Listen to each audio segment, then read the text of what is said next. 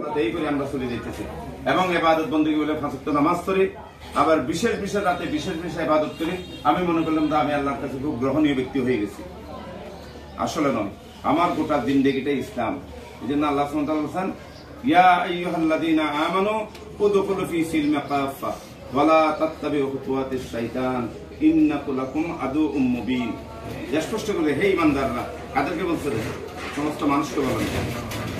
আল্লাহর আহ্বান কোরআনের মধ্যে 2 শ্রেণীর মানুষ আছে। একটা হলো সমস্ত মানবতাকে আহ্বান করছে, আর একটা হলো যারা আল্লাহর প্রতি ঈমান আনছে তাদেরকে আহ্বান করছে। সেখানে ঈমানদারদের বলছে, ইয়া আইয়ুহাল্লাযীনা আমানু, হে ঈমানদাররা, এই যারা আমাকে বিশ্বাস করো, যে আমার প্রতি ঈমান এনেছ, আমার বিধিবিধানের উপর যারা আস্থা স্থাপন করেছ, তাদেরকে বলতেছে উদখুলু ফী সিলমি কাফা, তোমরা পরিপূর্ণরূপে ইসলামের মধ্যে প্রবেশ করো। এখন আমরা মসজিদে এখন নামাজে যখন পরিপূর্ণ আমি ইসলামের অনুসরণ করলাম, কিন্তু যখন মসজিদের বাইরে আসলাম তখন আমি কোরআন অনুসরণ করলাম না, আল্লাহ দেওয়া বিধান অনুসরণ করলাম, তাহলে আমি পরিপূর্ণ হলাম?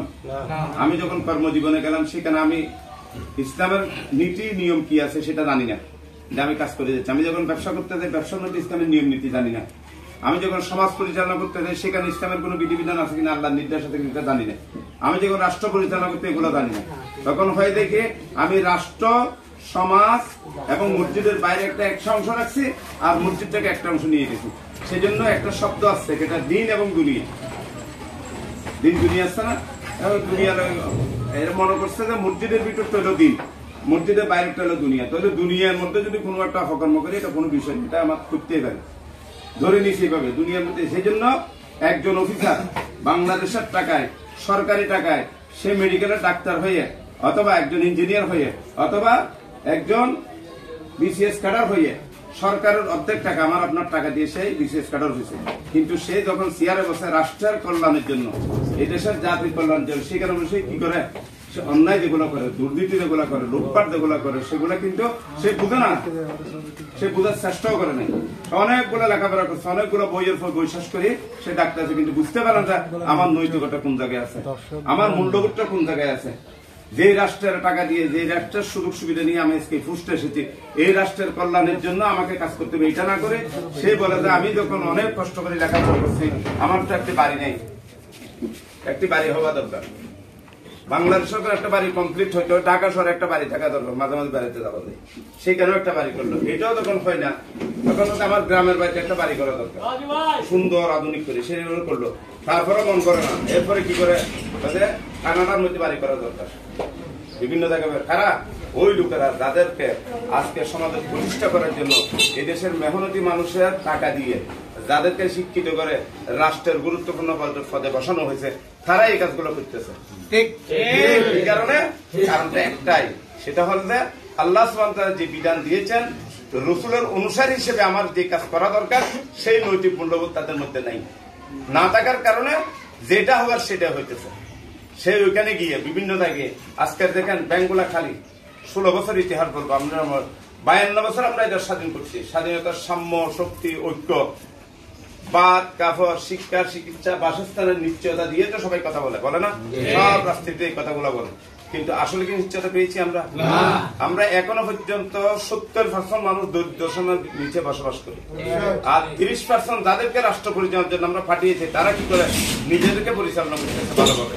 নিজের বাড়ি ঘর, 5টা সন্তান তাহলে 5টা সন্তান, 5টা গাড়ি, তাও কোটি টাকার উপরে গাড়িগুলো, এই টাকা প্রত্যেকে পেল, সেটা এরকম ছিল না।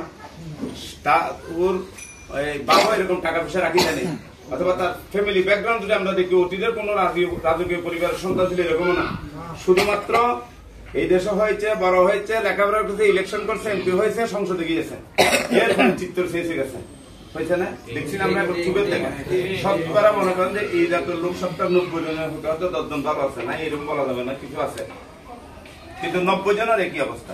তাহলে মূল কারণটাকে, মূল কারণটা সে বলে যে এই এমপিটা আমি কিনে নিয়েছি, সেজন্য এমপি ইলেকশন করতে গেলে 1 কোটি টাকা লাগে, 2 কোটি টাকা, 5 কোটি টাকা লাগে না, ওরা বলে না? এই টাকা কেন খরচ করবো উনি? ওই লিঙ্গে তাকে জনগণকে দিতে হবে ভোট, সেই দোকানে এই টাকা খরচ করে, এই টাকাটা আমার রাষ্ট্রের থেকে তুলতে হবে। রাষ্ট্রের আশ্চর্য হয়ে যাবেন আপনার, রাষ্ট্রের প্রত্যেকটা ক্ষেত্রে এমপিদের জন্য একটা বরাদ্দ থাকে, যত উন্নয়নমূলক কাজ হবে তার 50% অটোমেটিক এমপি ঘরে চলে যায়। এইভাবে সিস্টেম করে নিচ্ছে অর্থ বিভাগে 1% 2% দিয়ে দিতে হবে অটোমেটিক। আপনি একটা টেন্ডার পাইছেন মনে করেন 5 কোটি টাকা, এর মধ্যে 15% এমপির কাছে চলে যাবে, মন্ত্রীর কাছে একটা পার্সেন্ট চলে যাবে, টিএনওর কাছে একটা পার্সেন্ট চলে যাবে, এরপরে ওই ঠিকাদার যারা আছে এদের কাছে একটা পার্সেন্ট চলে যাবে। বিল পরিশোধ করার সময় অ্যাকাউন্টসে কিছু নিয়ে নিবে, অমুক ডিপার্টমেন্ট কিছু নিয়ে নেবে, নিয়ে টিয়ে সবগুলো ওদের মধ্যে আছে কত পার্সেন্ট? 50%।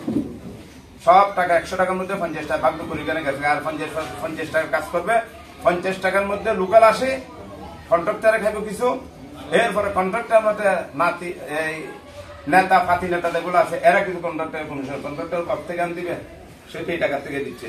এগুলা কেটে গেলে ওই বাঙ্গাই যেমন কোন রকমে করে মনে করেন 30% কাজ করে দিয়ে ওই প্রত্যেকটা জায়গাতে পার্সেন্ট নিচে যার কারণে সই হয়ে গেছে, একটা সই কোথাও টেকা নেই, সমস্ত সই হয়ে গেছে। তো গেল কার ভাগ্যটা?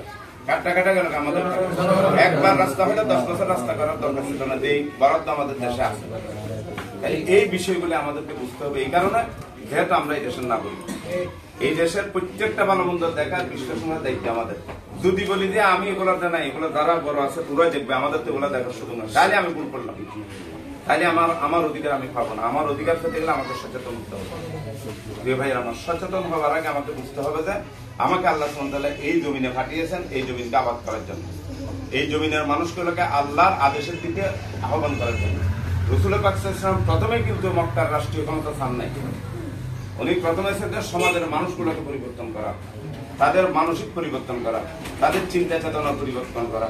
সেই জন্য আল্লাহ রাসূল কি প্রশিক্ষণ দিয়েছেন তাদেরকে, যারা রাসূলের প্রতি ঈমান এনেছেন তাদেরকে সাথে নিয়ে আল্লাহ রাসূল প্রশিক্ষণ দিয়েছেন। কি বলেছেন? হুয়াল্লাযী উম্মিনা ফি রাসূলুম ইয়াতলু আলাইহিম আয়াতিহি ওয়া ইউযাক্কিহিম ওয়া ইউআল্লিমুহুম